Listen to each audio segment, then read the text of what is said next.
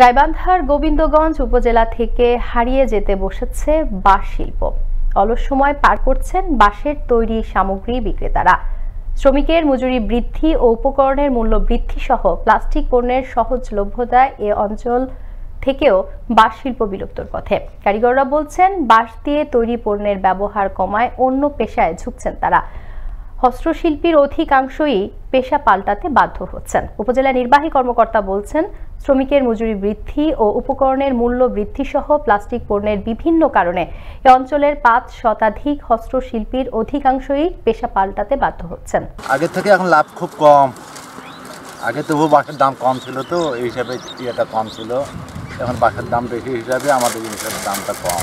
আমাদের এই যে গোবিন্দগঞ্জ উপজেলা কর্মকর্তা এনে কিন্তু গুরুত্ব দেয় না।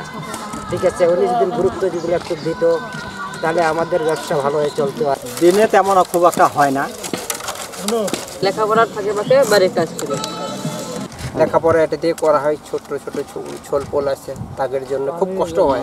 ব্যবসা করে খাচ্ছে, আল্লাহ করাচ্ছে, এর ক্ষেত্রে পাইকারি নিয়ে যায়, খুচরা বেশি, আল্লাহর দিন পথ নিয়ে যায় বা আমাকে সয় সম্পদ নাই, এর উপরেই আমরা নির্ভর করে থাকি। যারা এই বাঁশ শিল্পের সাথে জড়িত আছে তারা যে কোনো সহযোগিতা যদি আমাদের কাছে আবেদন করে, আমরা তাহলে সেই সহযোগিতার অপশনগুলো দেখার পর তাদেরকে আমরা সেই যথাসাধ্য আমরা চেষ্টা করবো তাদের পাশে দাঁড়িয়ে থেকে তাদের এই শিল্পটাকে এগিয়ে নিয়ে